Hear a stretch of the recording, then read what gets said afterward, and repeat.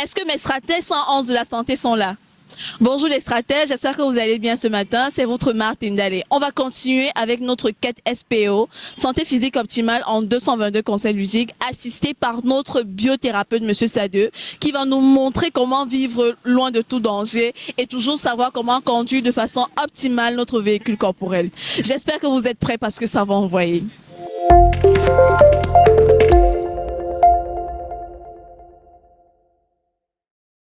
Bonjour Monsieur Sadeux. Bonjour Madame Martinale. Comment vous allez ce matin? Très bien. Très bien. Très bien. Ok, ça se voit. Ok, Monsieur Sadeux, je continue de parcourir SPO, santé physique optimale en 222 conseils ludiques. Okay. Et comme toujours, je tombe sur des éléments qui me poussent vraiment à réflexion. Okay. Je vais commencer. Attendre un jour de plus avant de vous lancer sur la voie de la santé physique optimale, c'est prolonger le séjour d'un jour de plus de cette maladie chronique qu'on dit incurable. Pourquoi maladie? Pourquoi chronique? Pourquoi incurable? Voilà, donc maintenant il faut savoir si la définition, je vais la donner selon mon point de vue ou bien selon le point de vue de la masse. Je peux commencer peut-être par mon point de vue. En réalité, la maladie, je l'ai déjà suffisamment expliqué, c'est le mal qui s'exprime au travers de soi. C'est une sorte d'expression d'une douleur que le corps veut extérioriser. Maintenant, pourquoi chronique? C'est justement parce que voilà, ça prend de l'ampleur, ça prend des proportions, ça s'étend. Vous avez dit la troisième, c'était la troisième remarque. Incurable. Pourquoi incurable? Voilà, c'est vrai que je ne suis pas pour le vocable de maladie incurable. Parce que je considère en réalité que le corps humain sait se réparer. Et que si on lui donne les ressources pour pouvoir se réparer, naturellement, il va se prendre en charge. Maintenant, pourquoi incurable? Parce qu'on vit dans un environnement, on vit dans une société où on a éduqué la masse, on a éduqué la population à penser qu'ils ne pouvaient pas guérir de certaines pathologies. Bien évidemment, parce que derrière, il y a des intérêts financiers. Ok, mais ça veut dire que pour ces personnes qui souffrent de ces maladies, depuis un bon bout de temps, est-ce que cette pensée ne crée pas un soupçon de, je vais dire quoi, de regret, parce qu'ils se disent que s'ils connaissaient, je vais dire quoi, cette technique, cette pratique pour pouvoir se maintenir en santé, ils auraient pu éviter la situation dans laquelle ils se trouvent? Absolument. Donc, et ce regret-là justifie le fait qu'ils doivent prendre conscience qu'en réalité, peu importe la distance parcourue sur le mauvais chemin, le plus important c'est d'en prendre conscience et de faire demi-tour.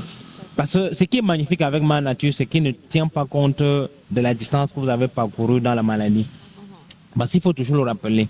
En réalité, la maladie, c'est le résultat, c'est la conséquence de plusieurs variables. Et maintenant, à moins que vous ne décidiez de changer les variables, vous ne pouvez pas vous attendre à changer le résultat. Un peu comme Achane disait, c'est fou de penser qu'on peut changer la conséquence sans changer la cause. C'est un peu comme si on se moquait du singe tout le temps parce qu'on le jugeait sur sa capacité à nager. On le fera toute la vie, mais ça ne va pas changer. Tout simplement parce qu'on n'a pas changé le facteur qui crée ça. Parce que le singe, lui, il est programmé pour gambader, pour sautiller. Il n'est pas programmé pour nager. Donc, à moins qu'on ne change le logiciel qui est dans son subconscient, on ne peut pas s'attendre à ce que le singe nage. Donc c'est la même chose avec la maladie. À moins que vous ne changez les variables de la maladie, vous ne pouvez pas changer la conséquence. Et comme je l'ai dit, ma nature est vraiment généreuse. À l'instant où vous prenez conscience que là, je suis en train d'aller sur le mauvais chemin et que je peux tout simplement recommencer à aller sur le bon chemin, on ne tient plus compte de votre passé. Donc ça veut dire que ce que vous êtes en train, comme les variables, vous avez décidé de les changer, automatiquement, le résultat va changer.